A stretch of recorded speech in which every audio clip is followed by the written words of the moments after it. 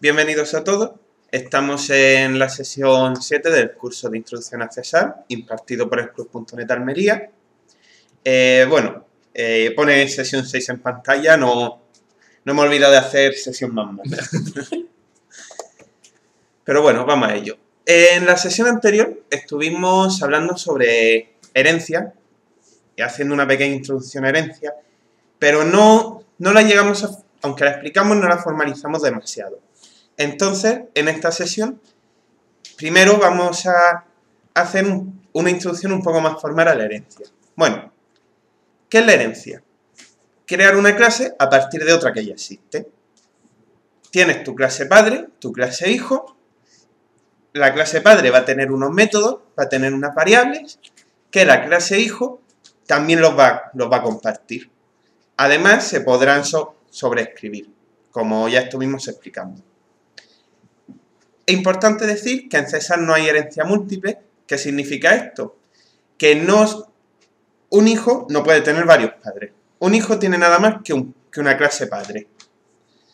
Una clase padre sí va a poder tener tantos hijos como sea necesario.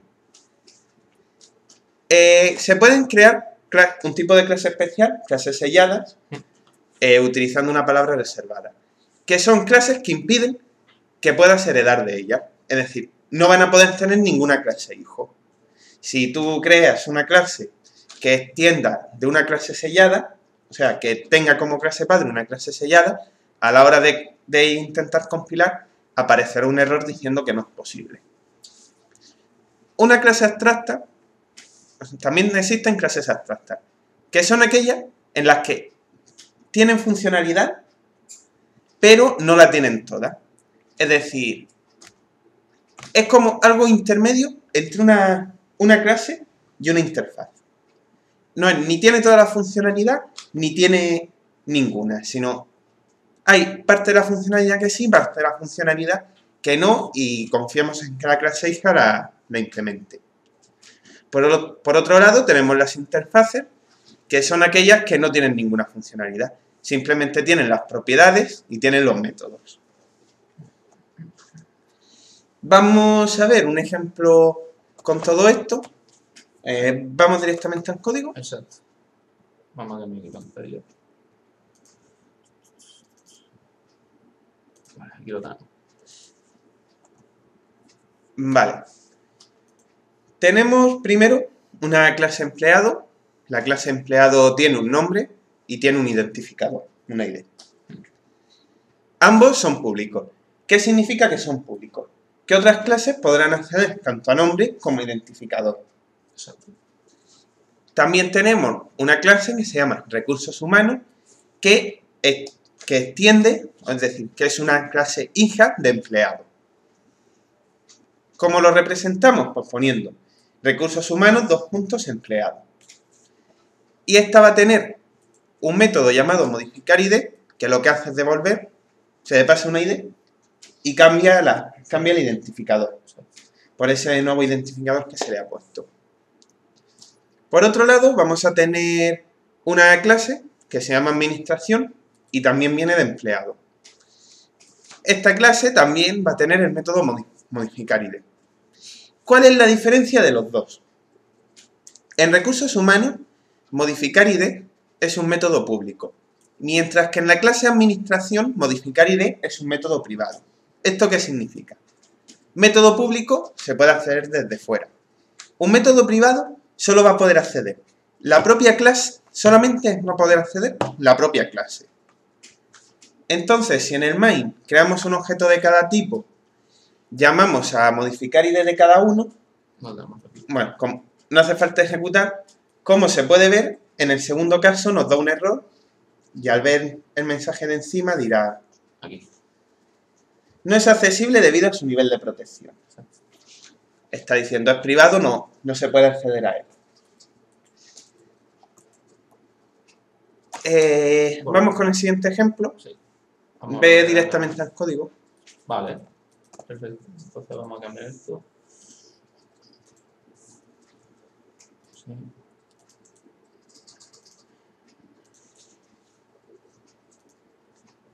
Punto. Vale, aquí lo tengo. Vale.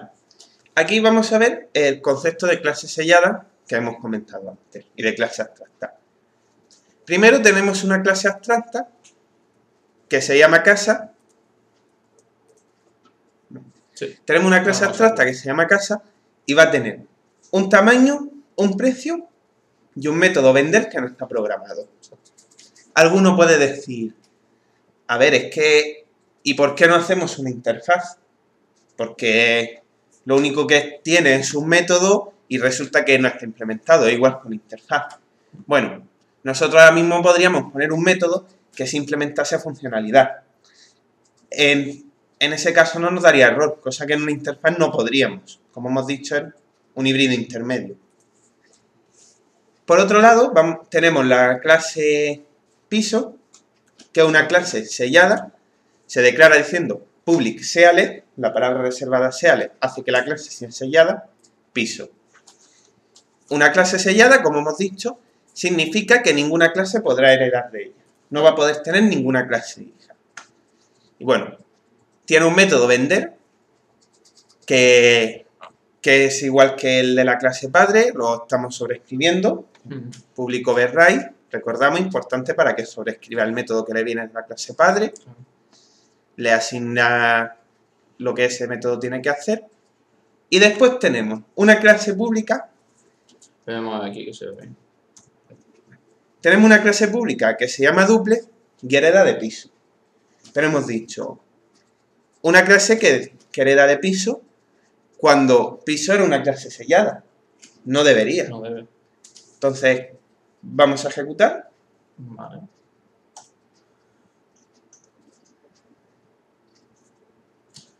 Da error de compilación.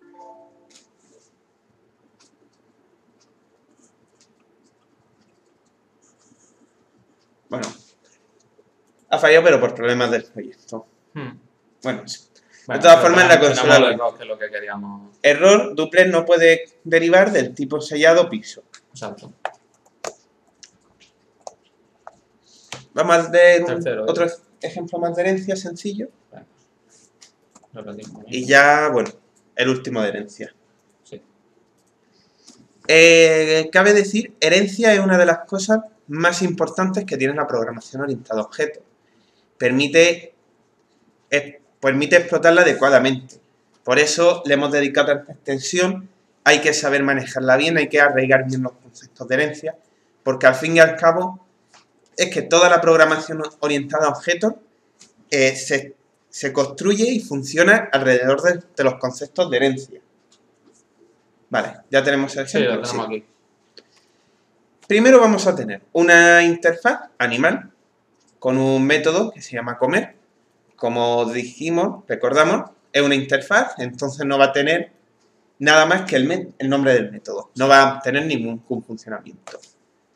También vamos a tener herbívoro, que tiene un método que devuelve un string y se llama lechuga.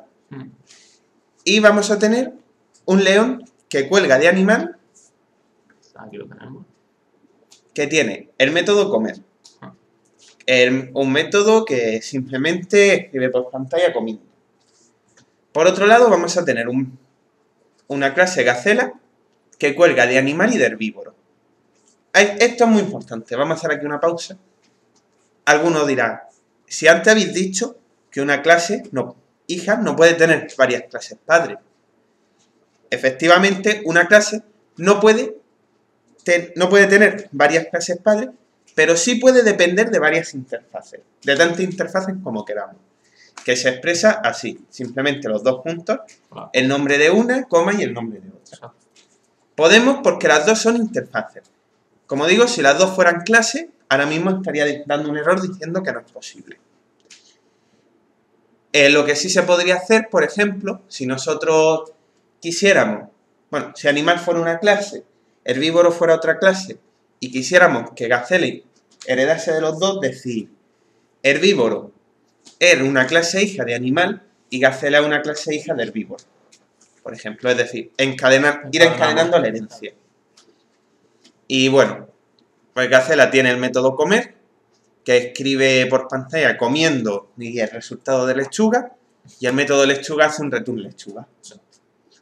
De forma que la hace la come lechuga. No tiene mucho más la clase. Y bueno, esto es toda la parte de herencia. Volvemos al PDF. Aquí está. Vale. Y ahora vamos a ver algunos detalles más de César. Se podría decir que hasta aquí hemos terminado lo que es todo el fundamento del lenguaje. Toda la parte más pesada, más teórica del lenguaje. A partir ya de... Bueno, aquí vamos a ver algunos detalles más, algunos trucos de César. Y a partir de ahora, las sesiones irán enfocadas ya a herramientas más concretas como por ejemplo Windows Forms para desarrollar interfaces gráficas, a LINQ, cosas más complejas, más de alto nivel del lenguaje. Bueno, vamos con ello. Primero, las clases parciales. Bueno, en César, a diferencia en otros lenguajes, una clase puede estar dividida en dos o en varios archivos diferentes. Esto es útil para separar comportamientos de una clase, separar métodos de una clase. Se llaman clases parciales y para hacerlas, pues tan sencillo como decir en la declaración, utilizar la palabra reservada parcial. Public partial class círculo en un archivo, public partial class círculo en otro archivo y automáticamente el compilador sabrá que son dos fragmentos, dos clases parciales de una misma clase. Vale. Cuando nosotros creamos un atributo, una propiedad, diciendo public int variable getSet, que hasta ahora lo hemos estado haciendo mucho, ya explicamos lo que era el getter, lo que era el setter, automáticamente el atributo, es decir, el valor en sí de la variable va a ser privado, mientras que el método get y set va a ser público. Con lo cual, si alguien quiere acceder a la variable para darle un valor o para obtener valor desde otro sitio del código, desde otra clase, va a tener obligatoriamente que pasar por el getter o el setter. No va a poder acceder al valor directamente. Lo cual, bueno, nos va a ahorrar líneas de código y nos va a ofrecer una capa de seguridad. También es posible decir que el método get sea privado, que el set sea privado, que ambos sean privados. Y como dijimos, en su momento se pueden sobreescribir. Simplemente después del get se abre y se cierra en llaves y dentro podemos programar el comportamiento del método como queramos. Vale. Al contrario que en otros lenguajes de programación orientada a objetos, aquí hemos puesto Java porque, bueno, la mayor parte de estudiantes que nos han seguido en las sesiones presenciales ya venían de programar Java. Al contrario que en otros lenguajes, cuando no se indica si un método es público o privado, por defecto va a ser privado. En otros lenguajes, por defecto es público. Aquí no, aquí va a ser privado. Lo de público lo tenemos que especificar. Lo cual, pues nos va a dar, de nuevo, más seguridad. Vale. Cuando tenemos un método con varios argumentos, bueno, con argumentos, podemos poner un valor por defecto. De forma que, si un usuario llama ese método sin pasar ese argumento, sin pasar un valor para ese argumento, que no sea null, o que no salga error de que no puede llamar al método, sino que el método tenga ese valor por defecto. Por ejemplo, public void hablar, bueno, string frase o la caracola. Exacto. Yo podría llamar al método hablar pasándole un string nuevo y aceptaría este string, o bien puedo llamarle sin pasarle ningún parámetro y entonces el string valdría o la caracola. Además, bueno, en César no es obligatorio, no es necesario llamar a todos los argumentos y se pueden renombrar y se pueden cambiar de orden. Esto sí vamos a verlo mejor con un ejemplo.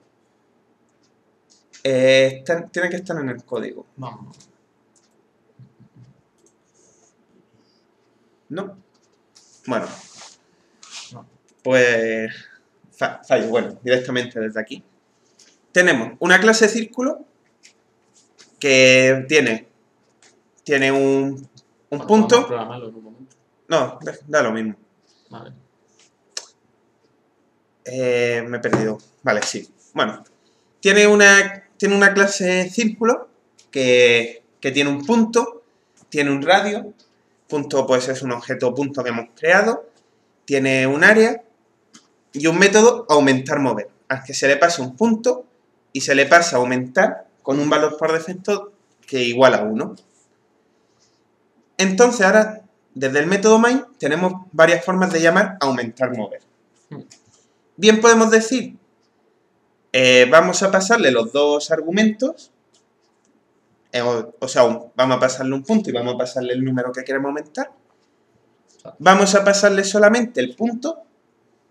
Como aumentar tiene un valor por defecto, no tenemos que llamarle.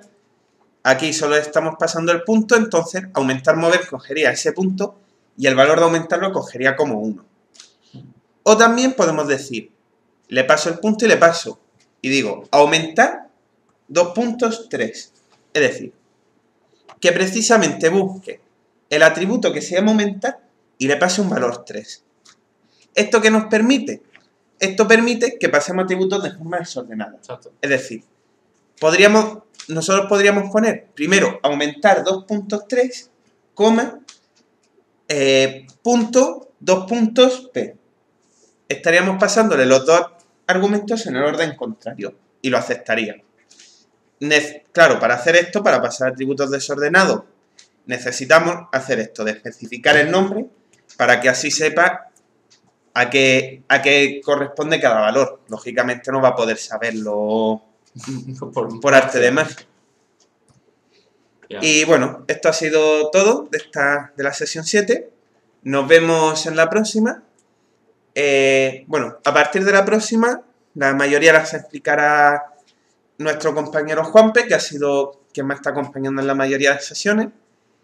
Y bueno, como siempre, muchas gracias por seguirnos. El código de todas las sesiones, las diapositivas y los ejemplos estarán subidos en nuestro blog. Recordamos, www.dotnetalmería.net. Y eso. Hasta la próxima sesión.